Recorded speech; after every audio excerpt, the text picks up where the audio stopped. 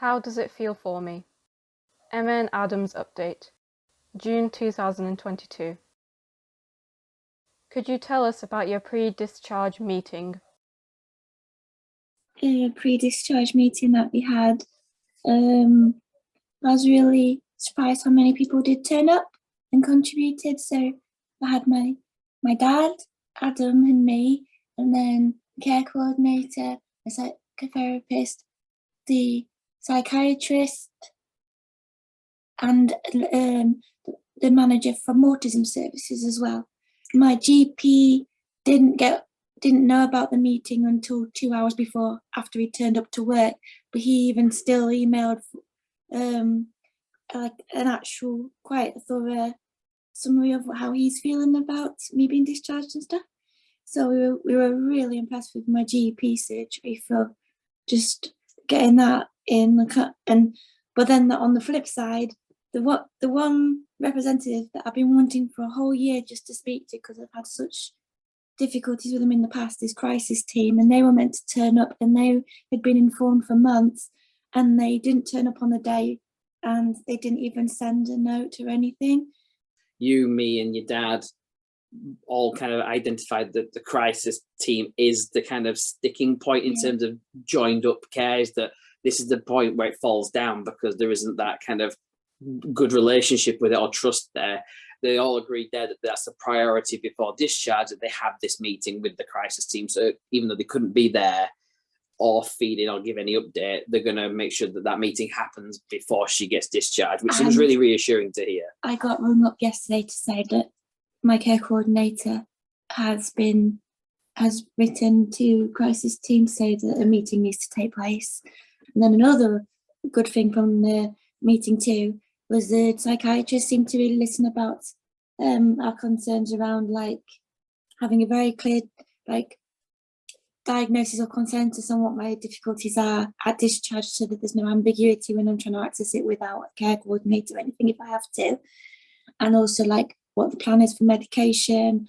We'd identified that one of the potential coping mechanisms while you were really struggling was the potential increase in medication. But it could only be done if it was actioned by the psychiatrist, who we couldn't speak to for 4 weeks. And it was like, well, the crisis is now.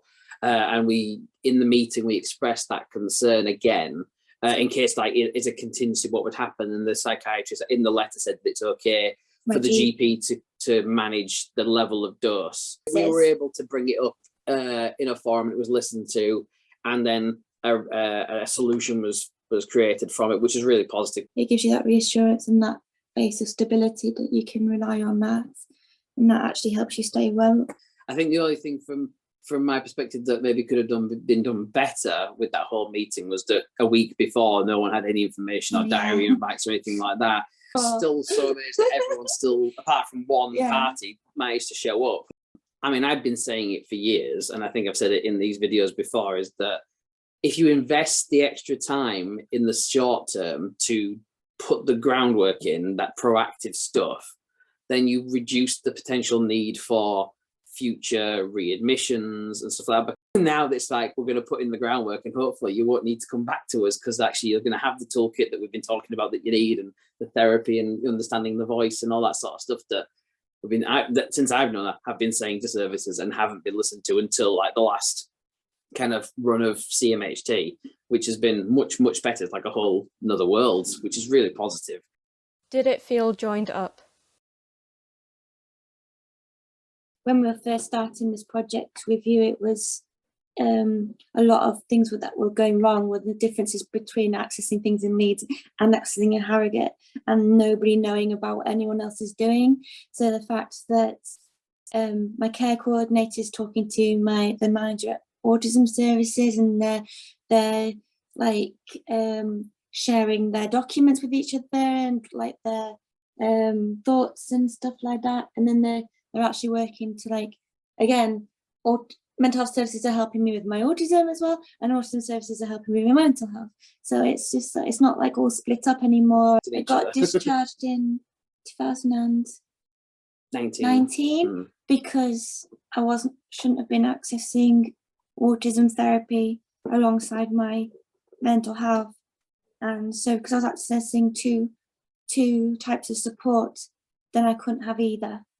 What one thing about your care did you really value this month? It just feels nice to be people to see me and care about me, which I haven't really felt in the past. Yeah, and it's both in, you know, how they're responding to you, but also in what they're doing as well, you know, being proactive, following up on things, doing what they say they're going to do. It shows that there's a real kind of commitment and You know kind what of it is actually? investment in the supporting past, you. and have people that you're relying on when you're poorly think that you're not a nice person. Oh, it's making me sad again. It's really hard. It shouldn't have taken this long for people to actually see that all I've wanted is to get help, and that they're now happy to get help from alongside me. I know that in Harrogate, it's probably in Leeds as well, but I know that in Harrogate they've been overhauling their entire service and giving them really new training, and especially for people who've been diagnosed as BPD in the past or currently who may have had maltreatment because of that. They're really trying to address it, and I can see that's changes. Yeah. I can definitely see the things they're trying to action. Thanks to Emma and Adam for sharing their story.